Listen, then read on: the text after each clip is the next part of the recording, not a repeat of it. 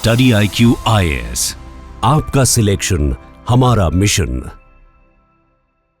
Hello everyone, आप लगातार social media पे ये बातचीत सुन रहे होंगे कि कैसे यूएस इंडिया को अब कंट्रोल करने लगा है। आप ये भी सुन रहे होंगे कि इकोनॉमिक्स के लिए, खासकर इंडियन इकोनॉमी पूरी तरह से यूएस के रहमो करम पे आ चुकी है। इन सब के बारे में थोड़ा डिटेल्ड चर्चा करेंगे कि क्या वाकई ये सच है, और सच है तो कितना सच है, और ये समझेंगे कि how the US controls Indian economy. इसके ऊपर एक डिटेल्ड डिस्कशन करते हैं। वेलकम एवरीवन, मेरा नाम है Rishabh, I am economics option faculty. बात करते हैं हम लोग कि देखो क्लेम क्या है, मतलब सोशल मीडिया के ऊपर क्लेम्स क्या चल रहे हैं और उसमें सच्चाई कितनी है कितनी नहीं है, उसके बारे में बात करते हैं। तो एक बहुत ही ब्लैंकेट सा स्टेटमेंट आ जाता है कि यूएस कंट्रोल करता है इंडियन इकोनॉमी को और डायरेक्टली इंडिया के पॉलिसी को इन्फ्लुएंस करता है, इंडिया के मार्केट को इन्फ्लुएंस करता है। अब हमें यही बात समझनी है कि ये कहाँ तक सच है, ये कितना सच है।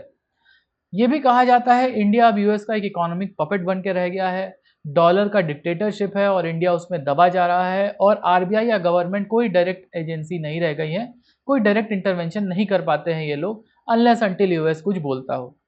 बट रियलिटी ऐसा नहीं है। We are asymmetrically interdependent. Asymmetric interdependence क्यों है कि यूएस की मॉनेटरी या फाइनेंशियल स्पिलओवर्स का असर इंडिया पे पड़ता है एक ही रीजन पे, और वो है इंडिया के फॉरेन एक्सचेंज के ऊपर। यानी हमारा डॉलर के ऊपर डिपेंडेंस है, इसमें कोई दो राय नहीं है। यूएस इंडिया से लगभग नहीं तो 7-8 गुनी बड़ी इकोनॉमी है, at least 7 to 8 times bigger economy. तो हमारा जो यूएस के ऊपर डिपेंडेंस है, खासकर हमारे सर्विस सेक्टर का, वो ज़्यादा है।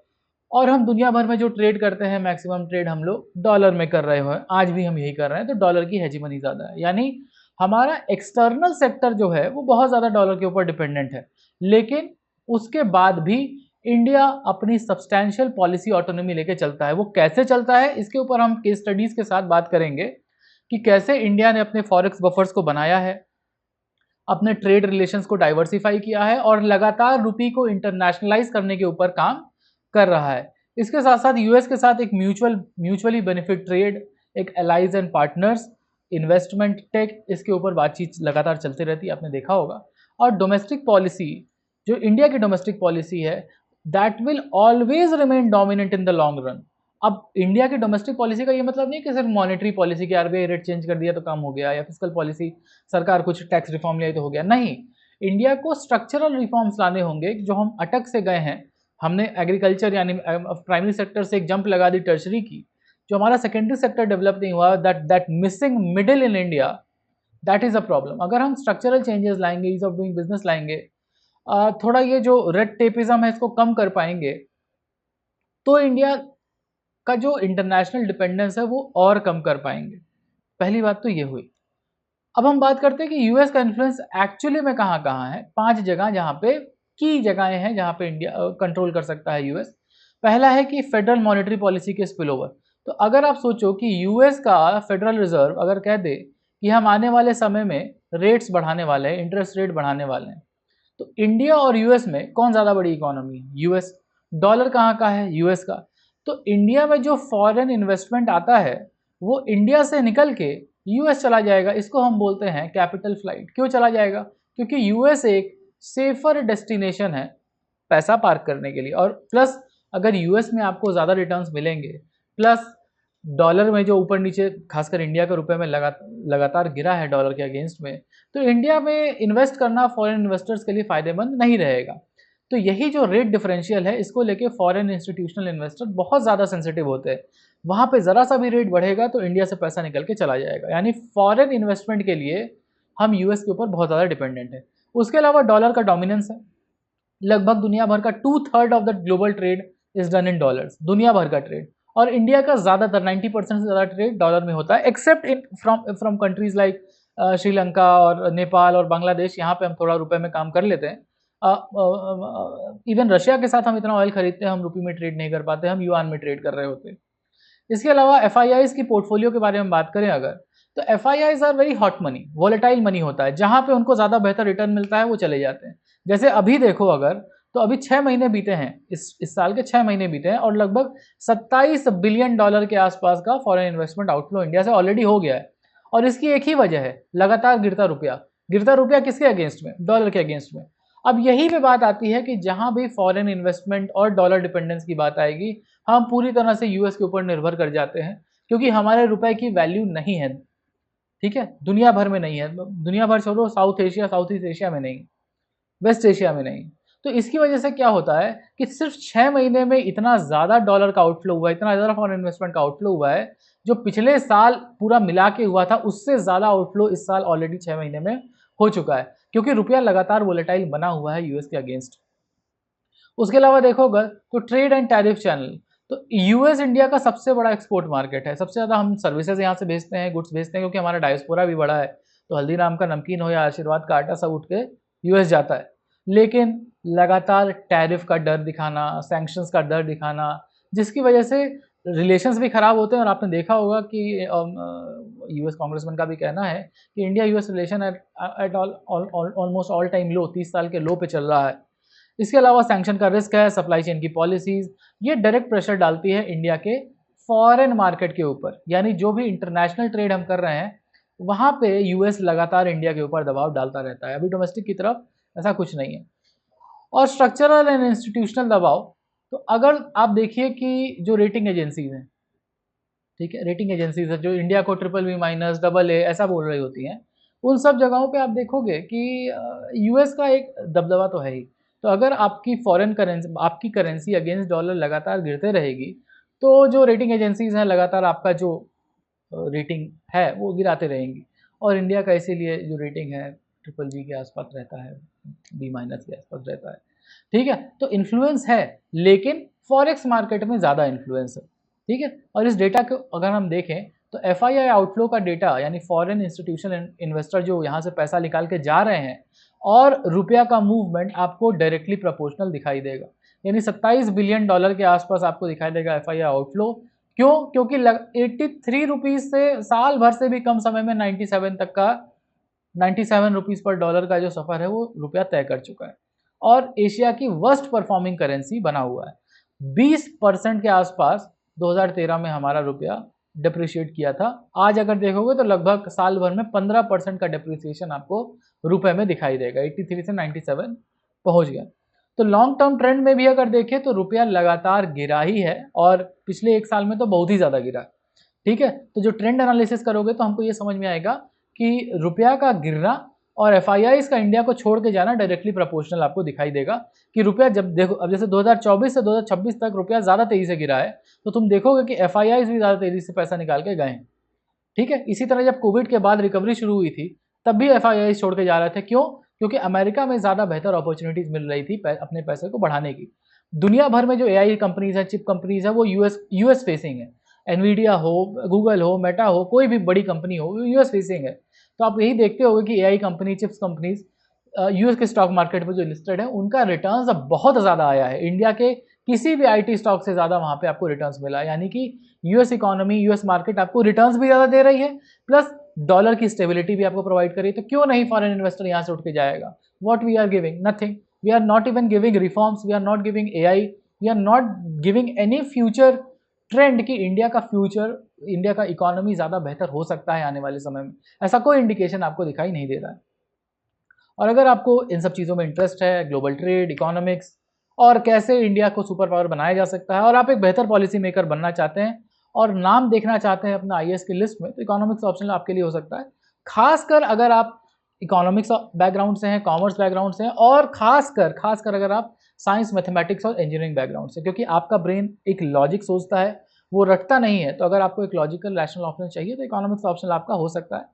और आज के दिन सेल एंड हो रही है, तो आपको 50% डबल वैलिडिटी के साथ साथ अश्योर्ड गिफ्ट्स आज के दिन आपको प्रोवाइड किए जाएंगे अगर आप इकोनॉमिक्स ऑप्शनल में एडमिशन लेते हैं। तो go for the platinum batch, because क्योंकि लॉजिकल ऑप्शनल है तो आपको कॉन्सेप्ट की ज़रूरत है। मेंटरशिप आपको डेली कंसेप्चुअल क्लैरिटी देगा, और साथ ही साथ एडवांस टेस्ट सीरीज आपको मेंस रेडी बनाएगा।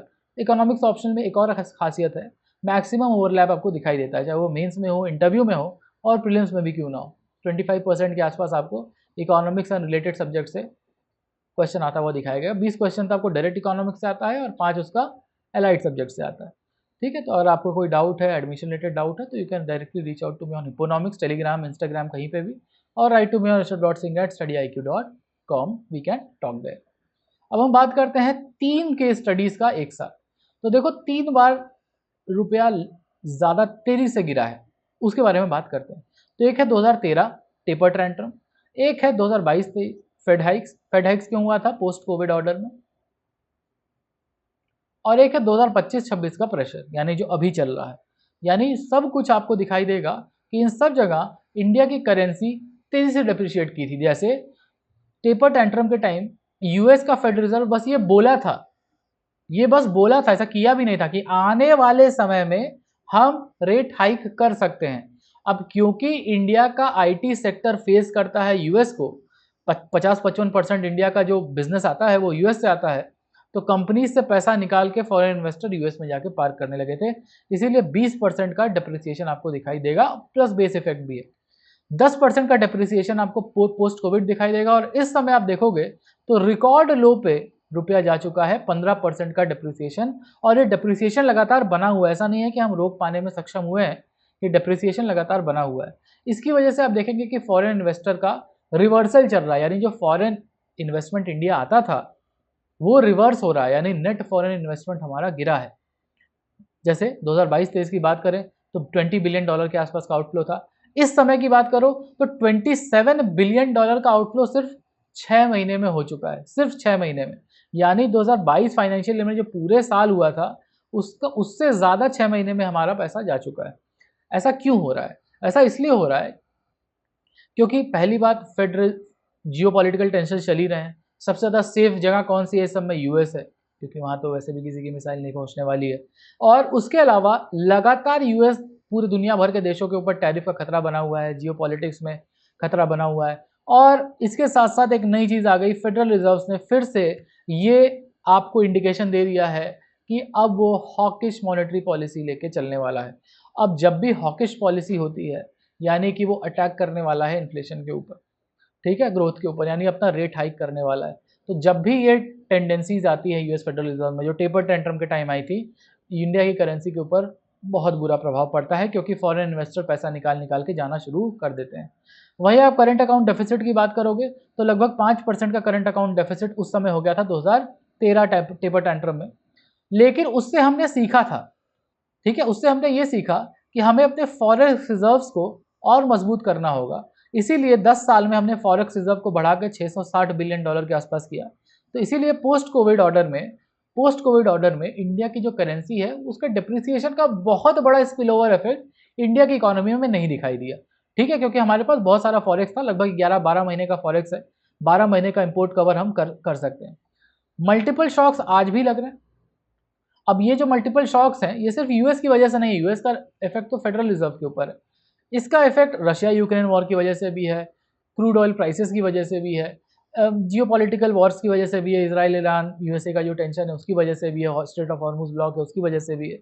तो मल्टीपल रीजंस हैं, बट एक अच्छी चीज़ ये है कि हमारे पास अब जो रिजर्व्स हैं, फॉरेक्स के रिजर्व्स हैं, वो बेहतर हैं और हम अपना ट्रेड डाइवर्सिफाई करने में थोड़े हद तक सफल हुए हैं, क्योंकि हम यूके के साथ हो, ओमान के साथ हो, ऑस्ट्रेलिया के साथ हो, इन बड़े यूरोप के साथ हो, इन बड़े बड़े नेशंस के साथ हम free trade agreement almost cepa level के अग्रीमेंट्स करने में सफल हुए हैं, जिसकी वजह से यूएस के ऊपर से हमारा जो डायरेक्ट ट्रेड, फॉरेन ट्रेड में जो डिपेंडेंस था वो कम हुआ है। इसके साथ आरबीआई ने भी अच्छा रिस्पॉन्ड किया है। टेपर टेंट्रम के टाइम आरबीआई ने इंटरवीन किया था, लेकिन क्योंकि हमारे रिजर्व्स कम थे तो उसका स्पिलओवर इफेक्ट कम था। लेकिन 2022-23 में क्योंकि हमारे पास रिजर्व्स भी ज़्यादा हैं, रिजर्व का डिफेंस था, तो रेट हाइक्स करके आरबीआई ने, रेट हाइक मतलब रेपो रेट का हाइक करके, अगर रेपो रेट बढ़ाओगे तो सेविंग्स या इन्वेस्टमेंट के ऊपर ज़्यादा रिटर्न्स मिलता है इन्वेस्टर को। तो इसीलिए जो एफआईआई का आउटफ्लो था वो थोड़ा कम रहा था, $20 बिलियन के आसपास था। लेकिन आज के समय अगर देखा जाए तो आरबीआई ने ना सिर्फ इंडिया में बल्कि फॉरेन मार्केट में भी रुपए को बचाने के लिए बहुत सारे इंटरवेंशन किए हैं। इवन इंडिया के डायस्पोरा, इंडिया के एनआरआईज, ओसीआईज इंडिया में डॉलर्स को सेव करें, इसके लिए एफसीएनआर के डिपॉजिट्स के ऊपर ज़्यादा रिटर्न्स भी मिल रहे हैं। इवन फॉरेन पोर्टफोलियो इन्वेस्टर्स यहाँ पे पैसा लगाएं, उसके ऊपर टैक्स भी रिबेट मिल रहा है। इंडिया के डोमेस्टिक इन्वेस्टर को भी ये रिबेट नहीं मिलता जो फॉरेन इन्वेस्टर को मिल रहा है।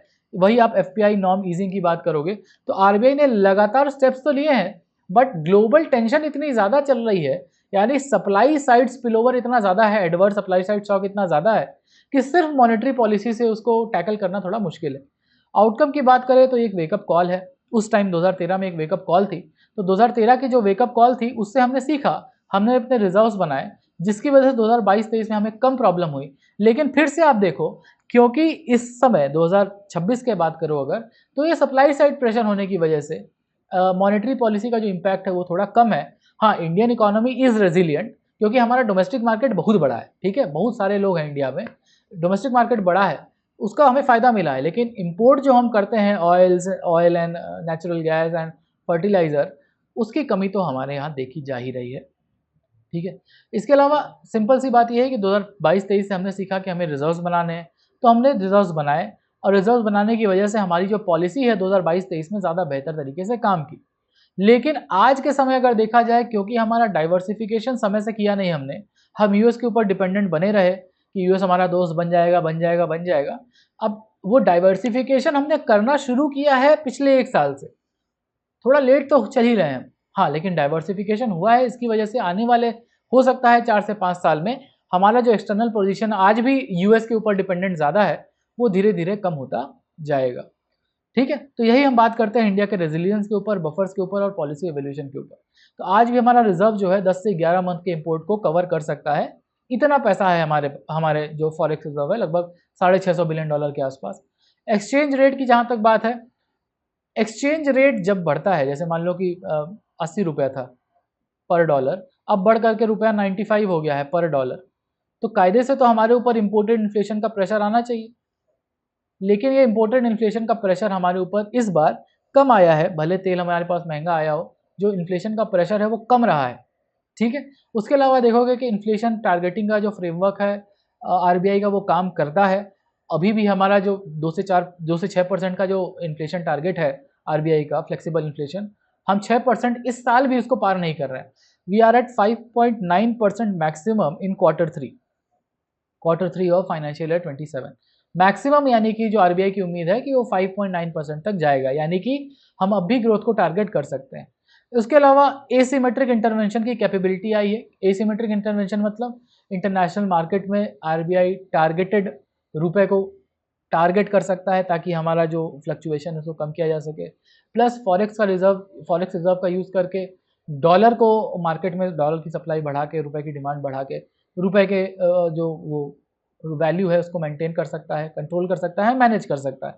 और हमारा डोमेस्टिक डिमांड क्योंकि बढ़ा हुआ है, क्योंकि हमारा डोमेस्टिक मार्केट बहुत ही बड़ा है, अब डोमेस्टिक डिमांड कैसे कम हो सकती है, जैसे अब आप बात करो कि एथेनॉल की बात करो, अब इतना ज़्यादा पॉलिसी का टू एंड फ्रो हो रहा है कि लोग गाड़ी लेने के पहले 5 बार सोच रहे हैं। तो एक ऐसी इकोनॉमी जो डिमांड ड्रिवन इकोनॉमी है, उसमें अगर बायर्स के ऊपर इतना बड़ा संकट आ जाए कि उनको बार बार सोचना पड़े कोई चीज़ खरीदने से पहले, तो इंडिया के ऊपर ज़्यादा बड़ा इम्पैक्ट पड़ेगा। फिलहाल वो इम्पैक्ट जो पड़ना था, पड़ सकता है रुपए के गिरने का, वो इम्पैक्ट उतना ज़्यादा इंडिया के ऊपर अभी नहीं पड़ा है। एक्सटर्नल सेक्टर में पड़ा है, डोमेस्टिक मार्केट में भी उतना प्रेशर नहीं पड़ा है, ठीक है। और आरबीआई की क्रेडिबिलिटी लगातार मजबूत बनी रही है और अलग अलग पॉलिसी से आरबीआई ने फॉरेन इन्वेस्टमेंट को, इवन एनआरआईज के जो फंड है उसको इंडिया में लाने की लगातार कोशिश जारी रखा हुआ है, चाहे वो डिपॉजिट के थ्रू हो या चाहे वो इन्वेस्टमेंट्स के थ्रू, ठीक है। तो बेसिक सी बात यह है कि कोई वन साइडेड अप्रोच नहीं है। हाँ, डॉलर का इम्पैक्ट इंडियन इकोनॉमी में है, बट ये वन साइडेड नहीं है, यानी यूएस को बेनिफिट मिलता है इंडियन टैलेंट से, हाँ वो अलग बात है कि अभी H1B वीज़ा वो नहीं दे रहा है, लेकिन बहुत टैलेंट का फ़ायदा मिलता है, आईटी सर्विसेज का फ़ायदा मिलता है। और इंडिया का कंज्यूमर मार्केट बड़ा होने की वजह से यूएस के सप्लायर्स को भी इसका फ़ायदा है। इसी बात का फ़ायदा डोनाल्ड ट्रंप उठाना चाहते हैं इंडिया के एग्रीकल्चर को ओपन करवा के। ऑल्सो स्ट्रैटेजिकली बेटर पार्टनरशिप है इंडिया के साथ यूएस की, क्योंकि अगेंस्ट चाइना कोई तो चाहिए ना, ठीक है। और डोमेस्टिक पॉलिसी की अगर हम बात करें तो हमारे देश में चाहे वो पीएलआई स्कीम हो, मेक इन इंडिया हो, मेक इन इंडिया तो खैर उतना सक्सेसफुल नहीं रहा है, तो स्ट्रक्चरल रिफॉर्म्स अगर करते रहेंगे तो डोमेस्टिक इकोनॉमी फॉरेन इंटरवेंशन से उतना ही ज़्यादा बची रहेगी। अगर हम रिफॉर्म्स नहीं करेंगे फिजिकल डिसिप्लिन मेंटेन नहीं करेंगे और मैन्युफैक्चरिंग की तरफ नहीं जाएंगे तो हमारा डिपेंडेंस फॉरेन कंट्रीज़ के ऊपर लगातार बना रहेगा। इसीलिए आप देखो सेमीकंडक्टर्स के ऊपर सरकार का बहुत ज़्यादा फोकस बना हुआ है। अब उसका क्या इम्पैक्ट आएगा 2028, 29, 30 के बाद पता चलेगा, बट फिलहाल फोकस तो बना हुआ है। हाँ, एक्सटर्नल इन्फ्लुएंस की जहाँ तक बात है वहाँ पे थोड़ी लिमिटेशंस हैं, ठीक है। अब जैसे बीच में हुआ था ना कि रशियन ऑयल इंपोर्ट नहीं करना, यूएस मना कर दिया है। यहाँ से मिनिस्टर साहब यूएस में जाके बोले भी कि यूएस ने मना किया तो हम नहीं कर रहे हैं, लेकिन आज फिर आप देखोगे तो रशिया से हम रिकॉर्ड ऑयल इंपोर्ट्स कर रहे हैं, क्योंकि रशिया से ऑयल इंपोर्ट कर रहे हैं इसीलिए हमारा जो इंपोर्ट बिल है वो अभी भी कम है, ठीक है। ऑयल को लेकर जो इंपोर्ट बिल है वो अभी भी कम है। वो अलग बात है कि कंज्यूमर को सस्ते ऑयल का कोई इम्पैक्ट, मतलब सस्ता ऑयल जब होता है तो कंज्यूमर को तुरंत उसका फ़ायदा नहीं होता, अलग अलग तरह के बहाने बना दिए जाते हैं। बट हाँ, ओवरऑल कंट्री को अगर देखा जाए तो कंट्री को फ़ायदा हो रहा है सस्ता तेल लेने का। यूएस की पॉलिसी ऐसा नहीं है सिर्फ इंडिया को नुकसान ही पहुंचाती है, हेल्प भी करती है। और साथ ही साथ ब्रॉडर एक्सटर्नल प्रेशर की बात करें तो क्योंकि चाइना के अगेंस्ट अगर कोई एक कंट्री है जो स्टैंड कर सकता है चाइना +1 में, वो इंडिया है। And that is why India is very very very important as far as global economy and trade is concern, very very important, क्योंकि चाइना के अगेंस्ट में एक ही कंट्री है इस समय, वो है इंडिया, जिसके पास एक बहुत बड़ा टैलेंट पूल है और साथ साथ चीप लेबर है, लैंड है। बस थोड़ा रिफॉर्म्स और ये जो ब्यूरोक्रेटिक प्रॉब्लम है उसको दूर करने की ज़रूरत है। तो पॉलिसी इम्प्लीकेशन क्या है कि अपना एक्सटर्नल बफर्स यानी फॉरेक्स रिजर्व को बनाए रखें हम लोग, मतलब बढ़ा के, ताकि अगर ऐसा कोई स्पेकुलेटिव अटैक एक्सेट्रा होता है तो उससे हम बच सकें। अपने फाइनेंशियल मार्केट को डिपेंड करना, यानी कि फाइनेंशियल मार्केट बोले तो स्पेशली बॉन्ड मार्केट को डिपेंड करना। एक्सपोर्ट कॉम्पिटिटिवनेस को बढ़ाना। अब इंडिया से एक्सपोर्ट कॉम्पिटिटिवनेस बढ़ाने का मतलब है इंडिया की जो चीज़ें हैं, गुड्स हैं, वो ग्लोबल मार्केट में ज़रूरी हो, इसको बढ़ाने की ज़रूरत है। यानी हमें अपने क्वालिटी मैन्युफैक्चरिंग के ऊपर बात करनी है, अपने मार्केट्स को डाइवर्सिफाई करना है, यूरोपियन यूनियन में, आसियान में, मिडिल ईस्ट में, इन सब जगहों पे सबसे ज़्यादा अगर एक्सपोर्ट कोई करता है तो वो है चाइना। तो हमें वो चाइना का जो लॉक जैम है वो ब्रेक करने की ज़्यादा ज़रूरत है, रादर देन हमको यूएस के ऊपर बैठने की। China is a bigger adversary for India than US, ठीक है। स्ट्रक्चरल रिफॉर्म्स करने की ज़रूरत है। क्यों? क्योंकि यूएस आपके एक्सटर्नल सेक्टर के ऊपर इम्पैक्ट डाल सकता है, इंटरनल सेक्टर में प्रॉब्लम स्ट्रक्चरल रिफॉर्म्स की वजह से है। ईज ऑफ डूइंग बिजनेस बढ़ाना है, लेबर रिफॉर्म्स करना है, अपस्किलिंग ऑफ लेबर करना है ताकि प्रोडक्टिविटी बढ़ा सके, चीप क्रेडिट मिलने की ज़रूरत है, यानी पैसा मिलने की ज़रूरत है ताकि एमएसएमई, आप देखोगे अगर लास्ट 1-2 साल में बहुत सारे एमएसएमईज बंद हुए and it's a big big number, और ये इंडिया की मैन्युफैक्चरिंग के लिए कोई बहुत अच्छा संकेत नहीं है। हमें अपना डोमेस्टिक स्ट्रक्चर अगर हम बेहतर कर लेंगे, रिफॉर्म्स लाएंगे, तो एक्सटर्नल प्रॉब्लम बहुत ही छोटी सी लगने लगेंगी, क्योंकि हमारा डोमेस्टिक स्ट्रक्चर खराब है तो एक्सटर्नल प्रॉब्लम बहुत बड़ी लगती है, ठीक है। स्ट्रैटेजिक ऑटोनॉमी, ट्रेड और एनर्जी में तो इंडिया की खैर है ही, लेकिन हाँ, अब जहाँ तक एनर्जी की बात है, चाइना के ऊपर हमारा डिपेंडेंस यूएस से ज़्यादा है। हाँ, वो अलग बात है कि प्रैग्मेटिक डिप्लोमेसी हम यूज़ करते हैं, रशियन ऑयल भी लेके आते हैं और डाइवर्सिफाई भी करते हैं, कई बार सैंक्शंस का खतरा होता है बट डिप्लोमेटिकली इसको सॉल्व भी किया जाता है। बट हाँ, ज़रूरी है कि हम अपना कम से कम एनर्जी डाइवर्सिटी और एनर्जी ऑटोनॉमी बना के चलें। और कम्युनिकेशंस, यूएस के साथ लगातार बैक चैनल टॉक्स, कम्युनिकेशन करना ज़रूरी है। वो बाकी तो डोनाल्ड ट्रंप जो बोलते हैं वो तो बोलते ही रहेंगे, ठीक है। तो घूम फिर के की टेक अवे ये समझ में आता है कि यूएस का इन्फ्लुएंस है, ज़रूर है, सिग्निफिकेंट भी है, लेकिन मॉनेटरी स्पिल ओवर के थ्रू है, एक्सटर्नल सेक्टर में है। इंटरनली अगर हमारी इकोनॉमी अच्छी रहेगी तो ये स्पिल ओवर जो है डॉलर का या यूएस का वो कम रहेगा, क्योंकि हमारी इकोनॉमी डोमेस्टिकली अच्छी नहीं है, स्ट्रक्चरली वीक है, तो यूएस का इम्पैक्ट हमारे ऊपर ज़्यादा दिखाई देता है। China is a bigger adversary. क्या हमने सीखा है? तो हाँ जी, हमने बिल्कुल सीखा है। 2013 से आज हमारा बफर लगभग $650 बिलियन के आसपास बना हुआ है, और 2025-26 का जो प्रेशर है वो सिर्फ यूएस की वजह से नहीं है, अदर सप्लाई साइड प्रेशर्स भी बने हुए हैं। इसीलिए आप बात करोगे अगर लॉन्ग टर्म की, इंडिया में लॉन्ग टर्म ग्रोथ की, तो वो इंडिया के डोमेस्टिक रिफॉर्म्स की वजह से होगा, यूएस की वजह से वो रुकने या बढ़ने वाला नहीं है।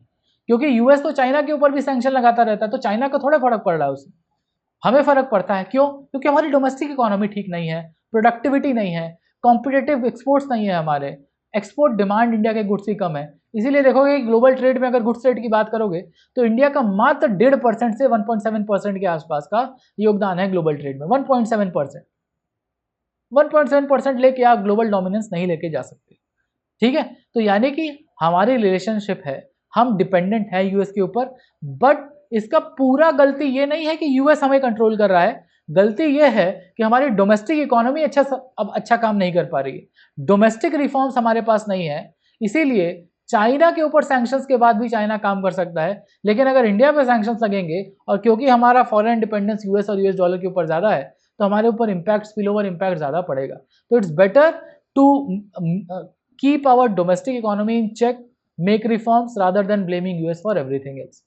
तो आई होप आपको ये चर्चा समझ में आई होगी, और जो भी आपके डाउट्स हैं या फिर आप कुछ कमेंट करना चाहते हैं, कुछ ऐड करना चाहते हैं, तो कमेंट सेक्शन का यूज़ करो। और मिलते हैं क्लास में, क्योंकि इकोनॉमिक्स ऑप्शनल के बैच की क्लोजिंग होने वाली है, और बैच क्लोज हो और आप लेट हो जाए उससे पहले आज को इस्तेमाल करो, यानी 2 जुलाई जब हमारा सेल बंद हो रहा है, क्योंकि आपको मिलेगा 50% डिस्काउंट और अश्योर्ड गिफ्ट। मिलते हैं क्लास में everyone, thank you, bye bye, have a good day. Study IQ IAS, आपका सिलेक्शन हमारा मिशन।